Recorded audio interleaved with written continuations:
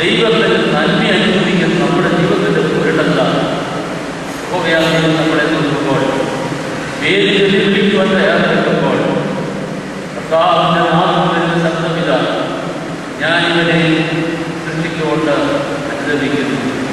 ആകാശത്തെ കേൾക്കാവുന്ന ചിന്തരിക, ഞാൻ മക്കളെ കൊണ്ട് വളർത്തിയവ എന്നോട്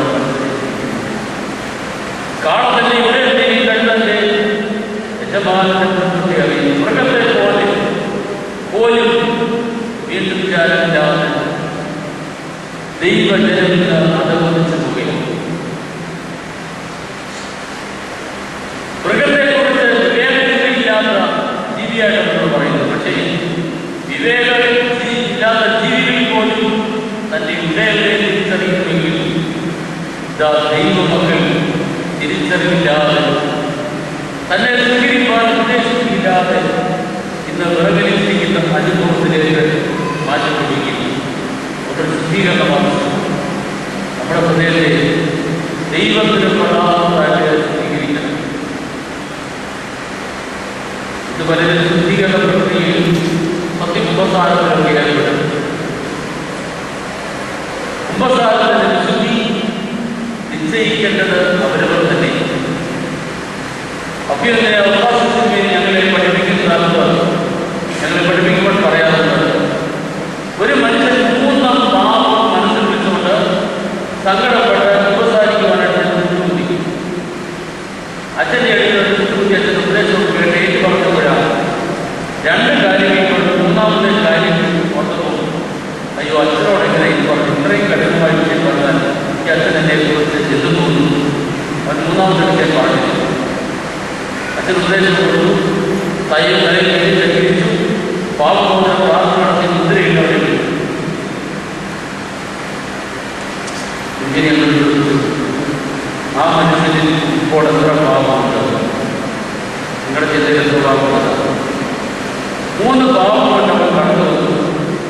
2 പാപം എഴുതി പറഞ്ഞു. പിന്നെ എത്ര പാപമുണ്ട്? 1 പാപം.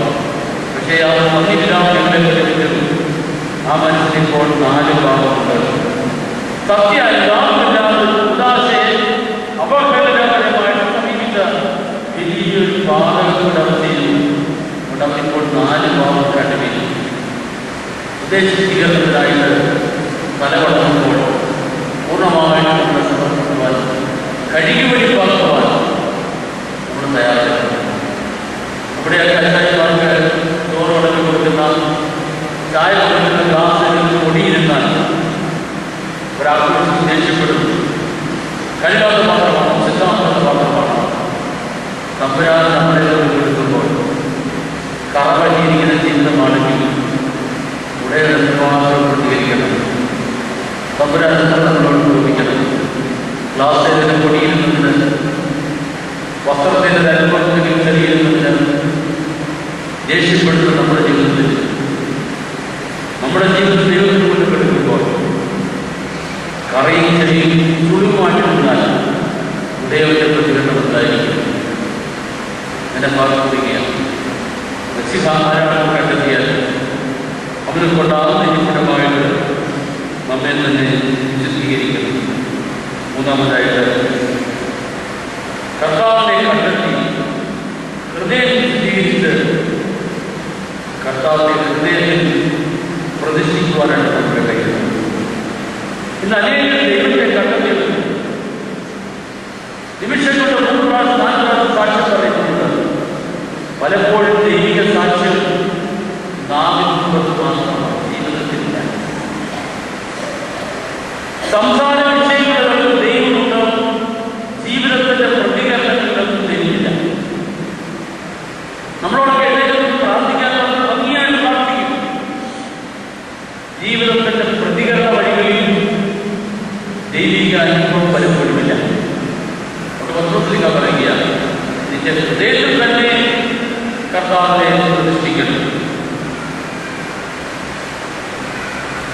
ദൈവമാതാവ് പരിശുദ്ധ ജാഗ്രത ഇവരുടെ ജീവിതത്തിന്റെ യാഥാർത്ഥ്യങ്ങളിലൂടെ കണ്ടെത്തിയ ഒരു അനുഭവം ഹൃദയത്തിൽ കർത്താവിനെ സ്വീകരിക്കണം. ദൈവമാതാവ് വചനം ശ്രമിച്ചു, പുത്രനെ ഉള്ളിൽ വഹിച്ചു.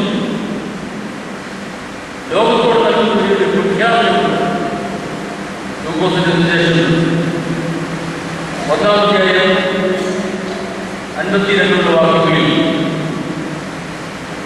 കന്യകമറിയാമിന്റെ പ്രവചനം, the proclamation of Saint Mary, the prophecy of Saint Mary, ഇതൊക്കെ പേരിട്ടാണ് കേട്ടിട്ടുണ്ട്. ലോകത്തിൽ വരുവാനുള്ള വ്യതിയാനങ്ങളെ കുറിച്ച് കന്യകമറിയാം അതുവരെയും പാവപ്പെട്ട പെൺകുട്ടി ദേവാലയ അന്തരീക്ഷത്തിൽ ദേവാലയത്തിന്റെ ഉമ്മറകളിൽ മാത്രം കഴിഞ്ഞ് വലിയ പരിജ്ഞാനവും പ്രാപവുമില്ലാതെ കടിപിടിയിൽ സാധുവായ പെൺകുട്ടി.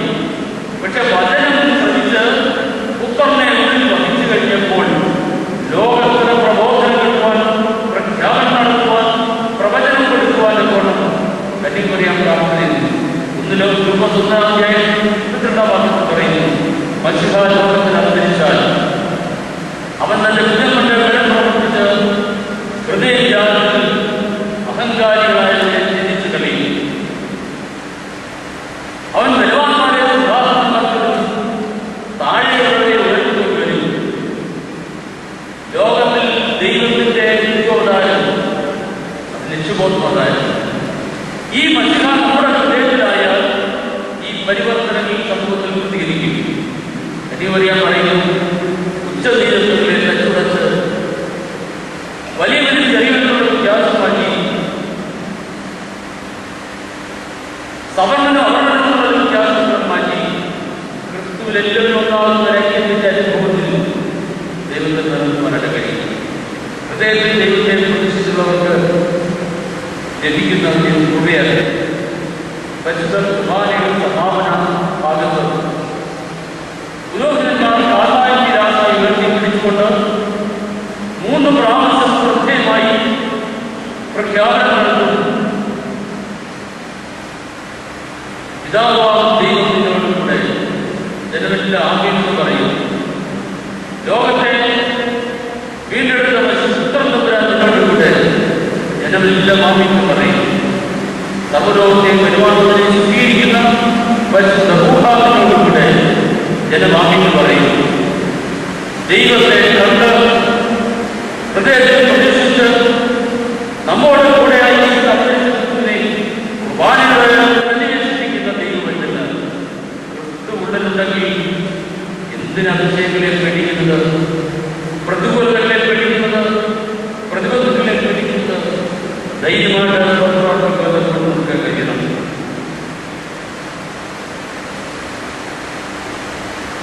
പരിശുദ്ധ യോഹന്നാൻ ദൈവത്തിനായിട്ട് നിയോഗിക്കപ്പെട്ടത്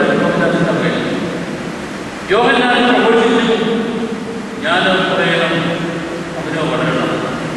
യേശു ഉള്ളിലുള്ളവൻ പ്രതികരിക്കുന്ന ജീവിതത്തിലായിരിക്കും മറ്റുള്ളവരുടെ നന്മയിലാക്കി, സമൂഹത്തിന്റെ നന്മയിലാക്കി ജീവിക്കുന്ന ഒരു പ്രതികരണം ഉണ്ടാകും. അതുകൊണ്ട് ആരും കണ്ടെത്തി ഹൃദയത്തെ ശുദ്ധീകരിച്ച് ഹൃദയാന്തരീക്ഷത്തിൽ അന്തരംഗത്തിൽ പ്രതിഷ്ഠിക്കണം. എന്താ ഹൃദയത്തിന്റെ പ്രത്യേകത? ചിലരുടെ ദൈവത്തെ കണ്ടെത്തി അവർ ലിപ്റ്റിക്ക് പോലെ, സ്ത്രീകളൊക്കെ ലിപ്റ്റിക്കിരുന്നവരുണ്ട്. ലിപ്റ്റിക്കിരുന്നില്ല